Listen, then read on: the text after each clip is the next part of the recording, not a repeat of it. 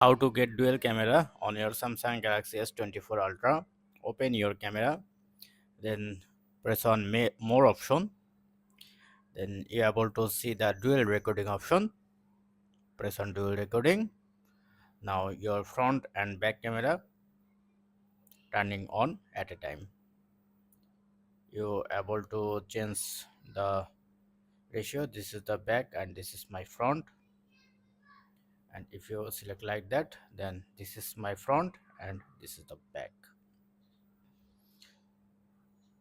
Save video to separate file and save video as a preview, and you are able to change your APS as well, HD or 4K or anything. And if you go to your setting, then able to add grid line or advanced setting. You're able to most compressive or high efficiency image.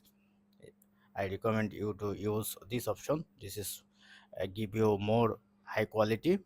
And if you need 360-degree audio, then you can also enable it.